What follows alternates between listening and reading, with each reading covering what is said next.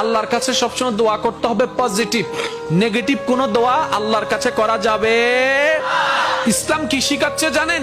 ইসলাম বলে দুশমনের জন্য বদদোয়া করিও না, বরং দুশমনের জন্য তুমি আল্লাহর কাছে দোয়া করো। কিভাবে দোয়া করবা? তুমি রব্বে করিমের দরবারে যখনই হাত তুলবা, নিজের কথা আগে বলবা না, পরের কথা বলবা। আল্লাহ অমুকের দোয়া কবুল করো, অমুকের দোয়া কবুল করো, অমুককে জান্নাত দাও, অমুকের গুনাহ মাফ করে দাও, অমুককে মাফ করে দাও, অমুককে মাফ করে দাও, অমুককে মাফ করে দাও, অমুককে কবুল করে নাও, অমুকের রিজিকে বরকত দান করো। আল্লাহ আমার শত্রুকে সম্পদ আরো বাড়ায় দাও। যখন এই দোয়াটা উপরের দিকে যাবে, রব্বে করিম বলবে, কিরে ফেরেশতা, সে বান্দা নিজের জন্য কিছু বলল না, সব তো পরের জন্য বললো। ফেরেশতা বলবে, আল্লাহ এই বান্দা শুনেছে, তুমি নাকি তার উপর খুশি হয়ে যাও। যে বান্দা অন্যের জন্য ভালো চাই, তুমি নাকি তার ভালো চাও। যে অন্যের প্রশংসা করে, তুমি নাকি তার সম্মান বাড়ায় দাও। আল্লাহ যে অন্যের জন্য মঙ্গল কামনা করে, তুমি নাকি তার জন্য বরকত বাড়ায় দাও। এই বান্দা সেই সূত্র বুঝতে পেরেছে, তাই নিজের জন্য চাচ্ছে না, সবার জন্য চাচ্ছে। রব্বে করিম বলে, তার দোয়া ফরিয়াদ কবুল করার ব্যবস্থা করো, কারণ যে অন্যের ভালো চায় আমি আল্লাহ তার ভালো করে দিই। বলেন সুবহান।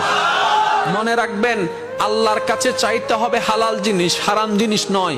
আপনি যদি আল্লাহকে বলেন, রব্বে করিম